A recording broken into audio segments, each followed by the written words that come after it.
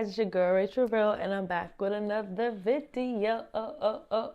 Today we are going to be talking about dwelling on situations that God has pulled you out of, and how that is still an act of disobedience. And yes, I know that sounds like a very convicting word, but I promise you, the way God gave it to me, it has the little encouragement at the end, as it always does. So just hang with me. But before we get into that, make sure you subscribe, make sure you like, leave a comment, and let's get right into it. Because you know I don't like long intros. I really don't. Our scripture of the day is Isaiah 43, verse 18. The word says, "Forget the former things, do not dwell on the past." That's just verse 18 right there, and that's enough to do a whole video on. But I'm also going to go into verse 19 that says, "See, I am doing a new thing. Can you not perceive it? I am now making a way in the wilderness and streams in the wasteland." So this video is for anyone who God has called you to come out of a situation, whether that's a relationship, a friendship, a job, like anything that God has called you to let go of and to leave. And you left physically, but you haven't left mentally, emotionally, or spiritually.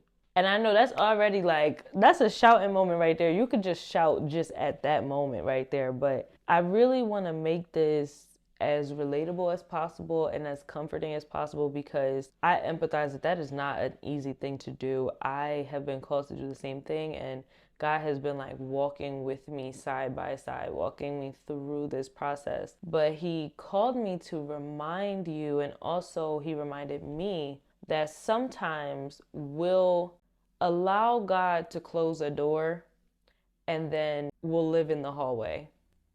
And what do I mean by that? We'll be like, "Okay, God, yes, you can close the door, you can end a relationship," and then we throw our hands up at church, or we just say, "You know what, I'm done, I'm finally done," go no contact, whatever it is, right? But it's like a hallway of hope, right? So you kind of just sit there outside the door like, "I'm gonna just wait right here just in case God cracked the door again."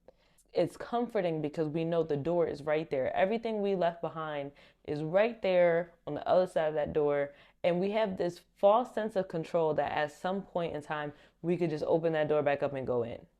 But anybody who knows the word knows that the word says, "A door that He shuts, no man can open," right? And a door that He opens, no man can shut. It's false that we can just go back and open a door. And I don't know if anybody can relate to that, going back and trying to open the door and it slams back in your face.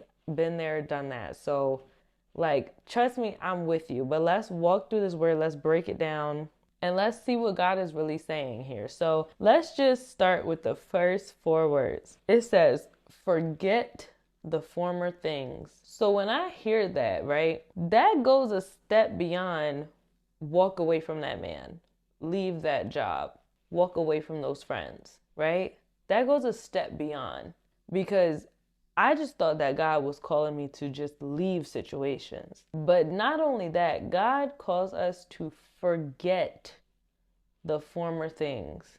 Hang it up, that's done, forget it. And I don't think that this is cruel, but I think it's firm. I think it's when, you know, when you had that like rude awakening back in middle school or high school, and like somebody told you, "Those people are not your friends. Like, do not go back there. They're not your friends." I think that's how firm sometimes as a father God has to be with us. He's like, "Forget that. It's not for you. It's not serving you. It's not good." And let me tell you why I think this is so good. Because we tend to have selective memory. Oh my goodness. Example, you leave an old job and you've been gone for months and months, right? Say you hit a snag, or say you just aren't making as much as you used to make. You start romanticizing that old paycheck you used to get. "Oh man, I used to get paid such and such, man. Back then, I was living like, whew." I'm saying this because I've done it.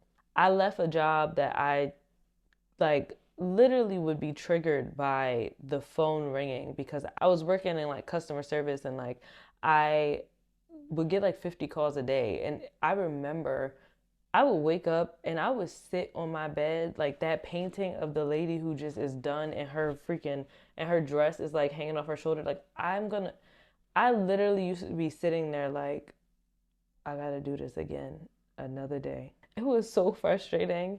And I used to pray to like not have to do this anymore. And I remember like recently I was looking back, I'm like, yo, when I was working there, I used to go shopping like twice. We have selective memory. I was stressed out. I didn't have any time to do my creative things, right? I felt underappreciated. And it's just funny like how our brains can look back on something and only see the good things.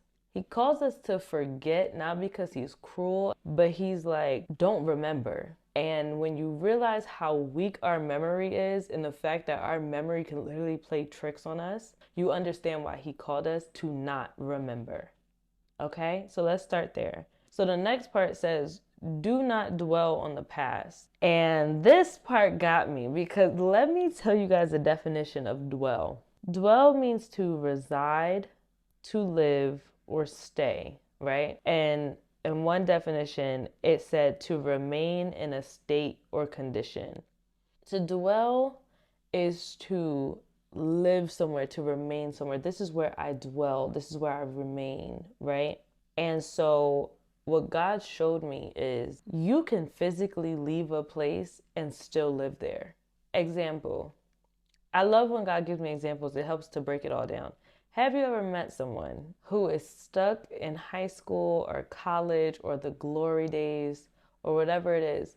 And every time you go to talk to them, they still talk as if they are back then. Like you cannot distinguish from what they're saying that was years ago because they are still living in that time. That is what it looks like when we dwell in a situation that we're not in anymore. So, what does that look like for our lives day to day, right? And I'm gonna get real because this is my channel and I do try to protect the people that I've loved and cared for, but I also do have a truth to be told and I have a story that is mine to share, right?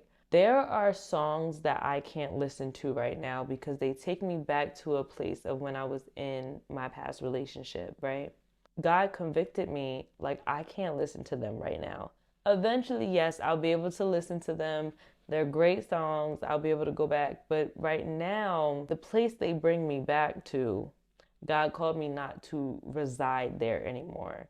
Dwelling on a situation is where you mentally are still living there, even though physically you've left. It's interesting because it's like we may not be aware of it, but you can tell that you're dwelling in something when you're just living in the funk. Like you're living with the smells. You're just like, you still have that t-shirt that smells like them, and you have that picture, and you have that song, and you go to this place, right? It's funny how we say, sorry, I went to a place for a second. You mentally go back to this home you created in your mind, this comfort place, and you dwell there. And it feels comforting because it is a place that's familiar. We all just want to feel something, right? At the end of the day, we all just want to feel wanted and loved and desired. And so we might go back and replay memories and have and daydream, right? Those are signs that you're dwelling. Physically, not going back, right?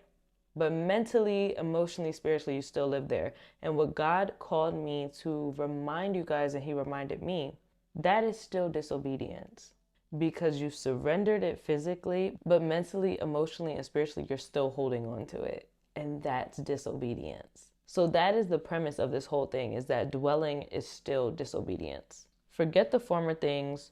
Do not dwell on the past. So what now, right? What do you do when you're done dwelling? The next verse literally tells you, God says, see, I am doing a new thing. He's calling us to act. Look, I am doing a new thing. The visual that he gave me when I was reading this word is literally a person who has two directions they can look in. They can look back and see everything that has happened to them, all the disappointment, all the death, all the, just the places they used to dwell, right?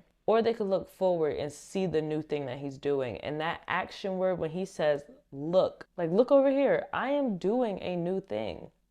And then the next line says, now it springs up. Do you not perceive it? So that confirms exactly what God just told me. It's about perception. Are you actually taking in and perceiving what I'm doing? Your life could continue on the same way, you can go through the same day all over again, but with a different perception, your whole day would go differently. If you're choosing to look in the past, you might look at, I lost so much. And I remember we used to go here, we used to go there.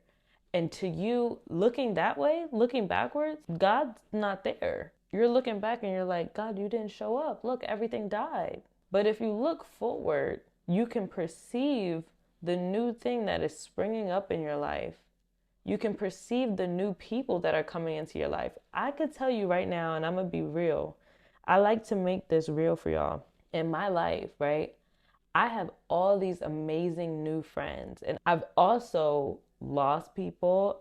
I've been through a breakup. I have lost people to death. You can look at my life two different ways right now. Like, oh man, this happened, she's not doing this anymore, and she don't really hang with them no more. Like, you can look at my life and see that, or you can look at my life and see, wow, she has all these new friends, and she has a new church, and she has new hair, and she's just thriving.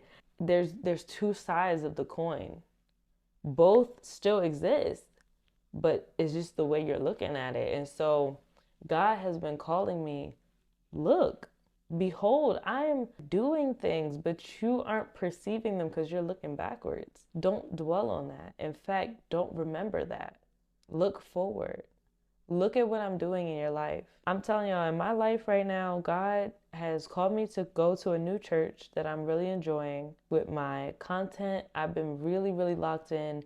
And then also, God has sent these new people around me, and I don't take it as I don't have appreciation for my friends that were already there. Shout out to them. I love them, the OGs. But there's also like new bonds. Like, I'm 24 years old and I'm still making new friends to this day. And if I choose to focus on old friends that have hurt me, if I choose to focus on the past, I'm going to think that God is not providing. When in actuality, if I just take my eyes off that situation that's not moving anymore, that is dead, I could see, wait, there's a lot of good things going for me right now. Like, God actually is really, like, I see it, God. But if you can't see it, I would challenge you to ask God to open the eyes of your heart. I want to see you. I want to see what you're doing in my life. I want to see the new people that have been coming around. I want to see the rekindled relationships that have been coming back. I want to see the new environments you have me in. I want to see the new opportunities that you have for me. It's an action you have to do. It's a choice you have to make. You're not going to naturally do it. Naturally, you're inclined to mourn everything that you've walked away from. But if you ask God, Lord, fix my eyes on you. Fix my eyes so that I can turn and look forward and look at what you're doing. He will show you. And I'm telling you, it is very, very exciting. It's very beautiful because it's like, as soon as he closes that door, there's other doors that he's opening for you. God is not closing a door to leave you there. He's closing a door so that he can open new doors. It's one of those things, I can't describe the feeling, but the options are endless.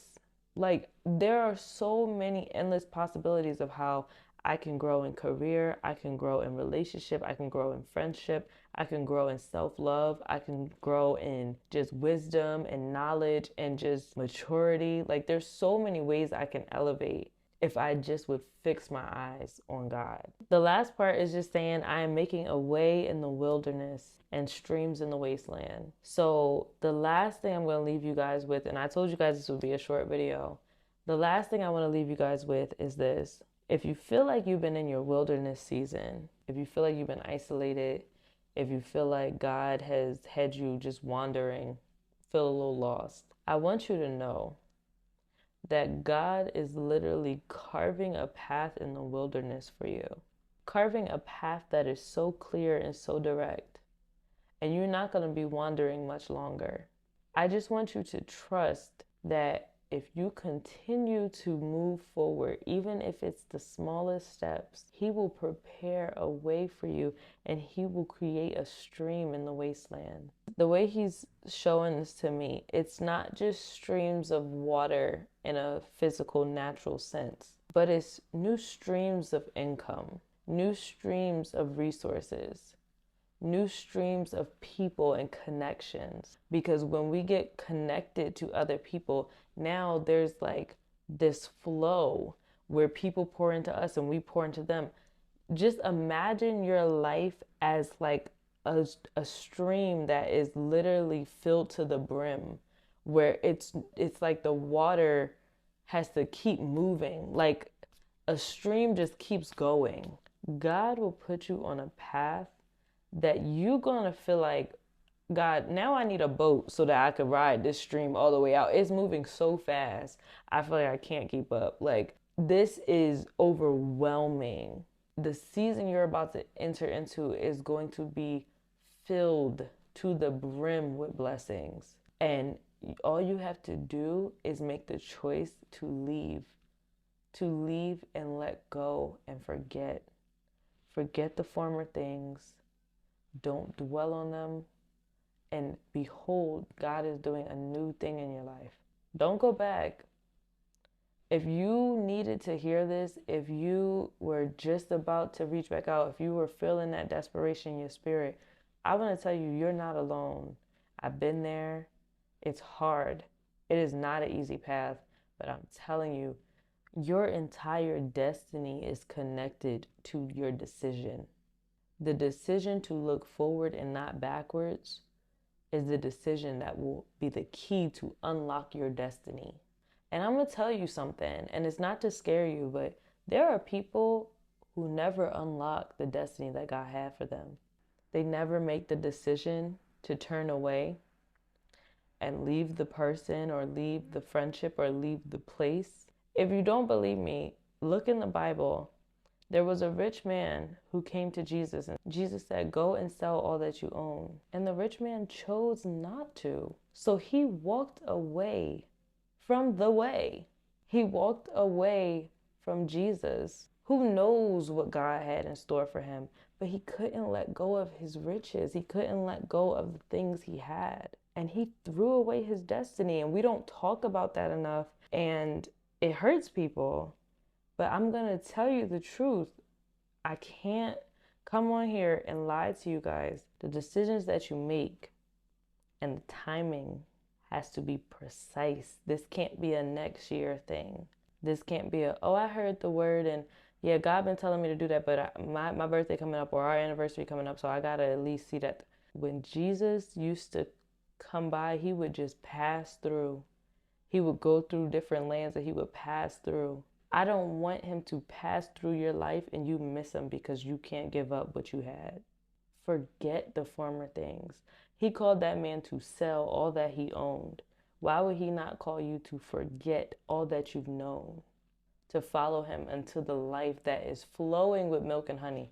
God would not call you, here it is, this came to me, thank you God for reminding me. God would not call you to leave a place unless he had a better place for you. What he has for you, the treasure he has for you is so much richer than anything you could hold on to.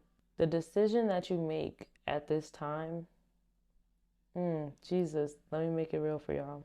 God confronted me and he had to let me know, because I was playing. I was going back and forth. I was like, I could go back for a little bit, come back. And God was like, the decision that you make right now is the difference between a happy marriage and an unhappy marriage, a lifelong marriage or a divorce. Those happy, whole, healthy kids or kids who have to witness you broken. And he made it so real for me. I can't even go into fully. It's not something that he has like told me to share on here. But I'm telling you, it's going to feel lonely. It's going to feel isolating. But All those dreams that you have for yourself are wrapped up in that decision. And you can choose to settle. I'm telling you, God respects our decision making. He will not override your decision and say, nope, actually, you're going to come with me anyway. He always gives us a choice. But you can choose, I don't want to give up what I got, so I'm good. I'm going to keep the riches I got because it's familiar to me. At least I know what it is. You may be afraid of the unknown and uncertainty. It's scary because you don't know what God has in store for you. And it feels like, what if it's not as much as what I had? I'll tell you this right now. If God could give you that, imagine what's more. Imagine the new thing that He's doing, right? Imagine how much greater it is, how much more aligned it is. We get caught up because we think that what we have is the best it's going to get. But imagine if you could have all of it. It really blesses me. Like, I really feel encouraged, and I hope that it encourages one of you, because I'm telling you, the decision that you make concerning what God called you to walk away from, your destiny is on the other side of it. The perfect will of God is on the other side of it. That doesn't mean that God will not still give you favor, but I will tell you, you're going to go through a lot more than you need to go through in order to get to your destiny. So make the choice now. Make the choice now. Give it up now, and give it up for good. Don't dwell on it. Don't let God close the door and you living in the hallway. Look forward at what God has for you, and I'm telling you, He gonna bless you. He gonna open doors that you couldn't even imagine, because I know it. He spoke to me right before I got on here, and man, like, He blessed my life.